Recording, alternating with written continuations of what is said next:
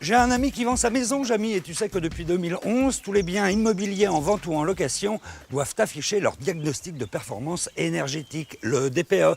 C'est d'ailleurs cette information qui indique la performance énergétique du bâtiment, ce qui peut être un atout lors de la transaction. Le problème, c'est qu'ici, la maison est en classe E, ce qui signifie que sa consommation d'énergie annuelle est plutôt élevée. Ce classement énergétique dépend en grande partie de l'isolation du bâtiment. Avec une bonne isolation, on peut économiser jusqu'à 60% sur sa consommation d'énergie. Plutôt intéressant pour valoriser son bien. Regardez, sans isolation, la maison est une véritable passoire. En plus, les parois existantes sont souvent perméables aux infiltrations d'air. Résultat, jusqu'à 30% des déperditions thermiques se font par la toiture, 25% par les murs et 10% par le sol. C'est pour cela qu'il est conseillé d'isoler en priorité le toit, puis ensuite l'ensemble de la maison.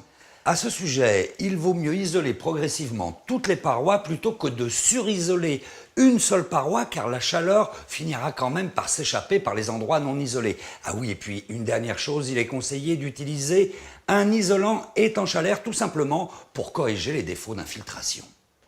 Parmi les isolants résistants à l'air, on distingue 4 grandes catégories. Les isolants de forte densité, comme ceux à base de fibres de bois, les mousses de polystyrène ou de polyuréthane, les isolants minces réflecteurs ou encore les laines minérales à condition qu'elles soient entourées en comble de 2 écrans d'étanchéité, comme le préconise le Centre scientifique et technique du bâtiment.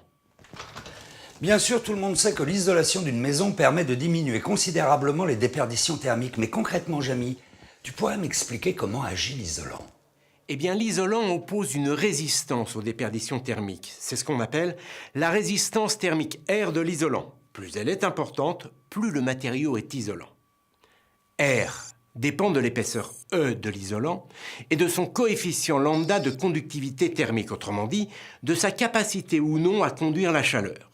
Si on compare 2 isolants de même épaisseur, eh bien c'est celui qui a le plus petit coefficient lambda qui a la résistance thermique R la plus grande. Et si on compare 2 isolants de même coefficient lambda, eh bien c'est celui qui est le plus épais qui a la résistance thermique la plus grande.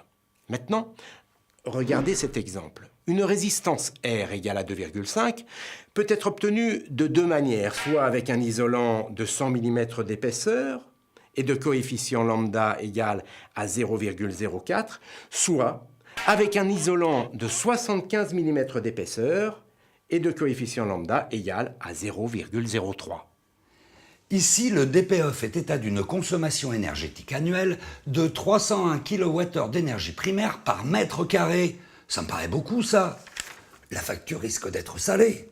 Effectivement, c'est élevé. Ce type de consommation correspond à une maison mal isolée. Mais en équipant cette maison avec un isolant ayant une résistance thermique R égale à 3, eh bien sa consommation annuelle va descendre à 139 kWh d'énergie primaire par mètre carré habitable, soit une économie d'énergie de 54%. D'accord, Jamy, mais dans ce cas, autant choisir un isolant avec une valeur de résistance thermique encore plus élevée. Par exemple, avec un R égal à 6. Eh bien, ce n'est pas si simple. En effet, avec un isolant ayant une résistance thermique égale à 6, la consommation énergétique annuelle est de 133 kWh d'énergie primaire par mètre carré habitable. Donc, l'économie d'énergie passe seulement de 54 à 56%. Ah d'accord, du coup, un isolant avec un R égal à 6 ne permet pas de faire 2 fois plus d'économie qu'un isolant avec un R égal à 3. Ah oui, mais comment tu expliques ça ? En fait, contrairement à ce que l'on pense, les économies d'énergie ne sont pas proportionnelles à l'augmentation de la résistance thermique. Regardez, grâce à la méthode d'évaluation officielle du DPE, on peut tracer la courbe des économies d'énergie en fonction de la valeur de résistance thermique R d'un isolant. On constate alors que les économies d'énergie plafonnent autour d'un R égal à 3. En hiver, une bonne isolation nous permet de rester au chaud et de faire des économies d'énergie. Et en été, au contraire, on est bien content de trouver un peu de fraîcheur à l'intérieur de la maison.